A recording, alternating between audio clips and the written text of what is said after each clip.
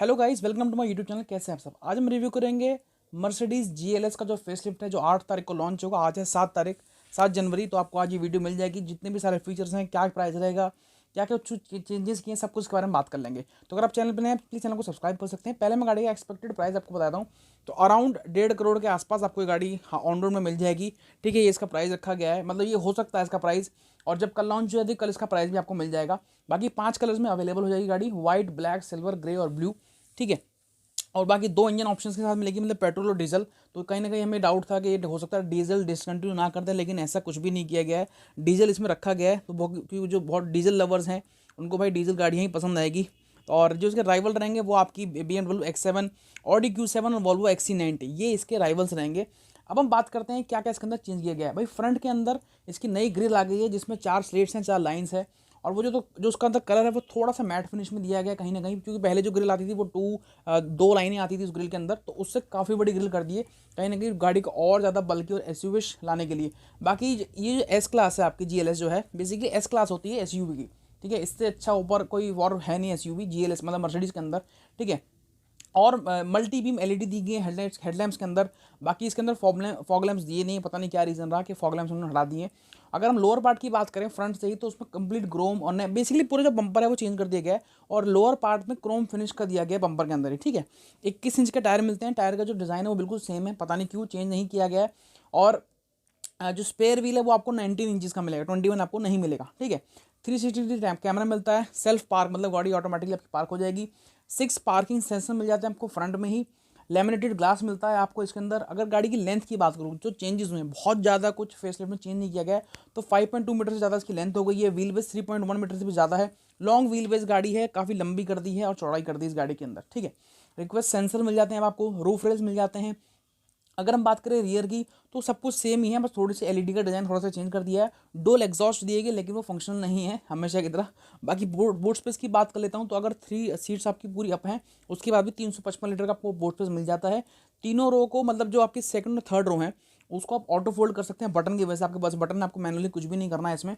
अब हम बात करते हैं इसके इंटीरियर की। इंटीरियर में ऐसे क्या क्या चेंजेस कर दिए गए हैं। भाई इंटीरियर में आपको 3 कलर ऑप्शन मिल जाते हैं। अगर आपको इंटीरियर का कलर चेंज करना है तो ब्लैक बेज, ब्लैक और आपका ब्लैक ब्राउन, ये आपको ऑप्शन मिल जाते हैं। बाकी 12.3 इंच की टच स्क्रीन आपको मिलती है, जिसमें इसका जो UI है वो चेंज कर दिया गया है। न्यू जेन MBUX के नाम से आता है। टच स्क्रीन और इंस्ट्रूमेंट क्लस्टर की सेम ही एक सिंगल स्क्रीन है, जिसमें आपको इजीली आप सारी चीज़ें देख सकते हैं। आपकी स्पीडोमीटर, मतलब बेसिकली स्पीडोमीटर, टैकोमीटर, फ्यूल, कौन सी गियर में, सब कुछ वहाँ पे इन्फॉर्मेशन आपके पास आ जाती है।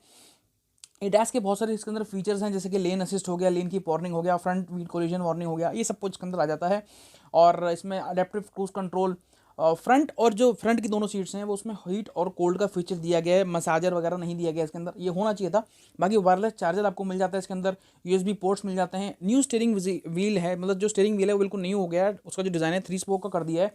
और कहीं ना कहीं चेंजेस आ रहे हैं स्टीयरिंग व्हील में। और ऑफ रोड का फीचर्स के अंदर कर दिया है कंफर्ट, इको और ऑफ रोड। तो भाई इसमें स्पोर्ट्स का कोई फीचर नहीं दिया है, मेरे को समझ में नहीं आ रीज़न क्या है। और स्पोर्ट्स का एटलीस्ट फीचर्स के अंदर होना चाहिए था। स्पोर्ट्स मोड होता तो कहीं ना कहीं गाड़ी थोड़ी सी और स्पोर्टी होती, थोड़ी क्लासी होती, तो इन्होंने स्पोर्ट्स नहीं दिया है। क्योंकि इसका जो बेसिकली GLS का जो मेन पर्पस है ना, वो थोड़ा सा बेसिकली आपको शॉफर ड्रिवन गाड़ी, और मैं आपको जो ड्राइविंग एक्सपीरियंस है उसको बढ़ाने के लिए कहीं ना कहीं कंपनी वो सब सोच के इसके अंदर बताया है। मैं आपको सारे फीचर्स पहले इसके अंदर बताता हूँ, क्योंकि फीचर्स बहुत सारे हैं, वीडियो थोड़ी लंबी हो जाएगी, मैं चाहता नहीं। पहला कि इसमें 5 जोन क्लाइमेट कंट्रोल है, सॉफ्ट क्लोजिंग डोर्स है, आपका 13 स्पीकर मिलते हैं इसके अंदर, ब्रम्स्टर साउंड सिस्टम के नाम से।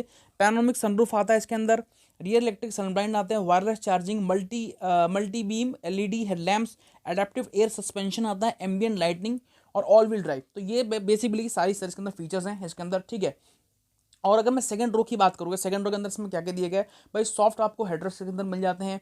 इलेक्ट्रिक ब्लाइंड्स में, जैसे मैंने आपको बताया, ऑटोमेटिकली वो ब्लाइंड जो बेसिकली शेड्स जिन्हें कहते हैं, वो आप उसको अप डाउन कर सकते हैं दोनों सीट्स का। वहीं से आप कंट्रोल कर सकते हैं इसकी सनरूफ भी, अगर आप कंट्रोल करना चाहें तो।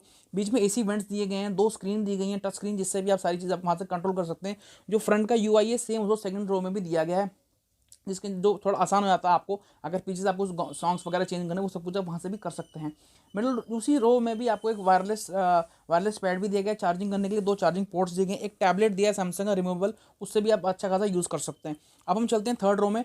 तो भाई थर्ड रो में जाने के लिए आपको मैनुअल कुछ नहीं करना में पड़ेगा, एक बटन दबाना पड़ेगा सेकंड रो का, तो आप थर्ड रो में ऑटोमेटिकली पहुंच जाएंगे। वहाँ पे कप होल्डर्स दिए, एसी कंट्रोल्स दिए, बहुत ज़्यादा कोई स्पेस नहीं है, लेकिन सबसे कंफर्टेबल मानी जाती है जीएलएस अपने राइवल से, जो 7 सीटर गाड़ी है जितनी भी आती हैं उसके अंदर, ठीक है। अब हम बात करते हैं इसमें इंजन कौन कौन से है। तो भाई इसमें पेट्रोल भी है, डीजल भी है। पेट्रोल जो है 6 सिलेंडर इंजन है, मतलब बेसिकली 3 लीटर, दोनों इंजन 3 लीटर के हैं।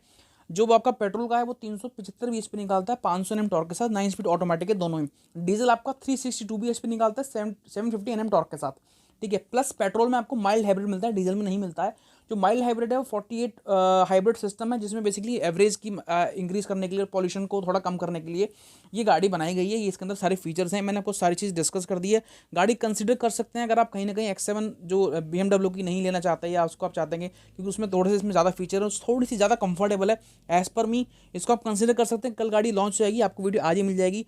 और अगर आपको हमारी वीडियो पसंद है, वीडियो को आप लाइक कर सकते हैं, चैनल पर नए चैनल को सब्सक्राइब कर सकते हैं। Thank you so much.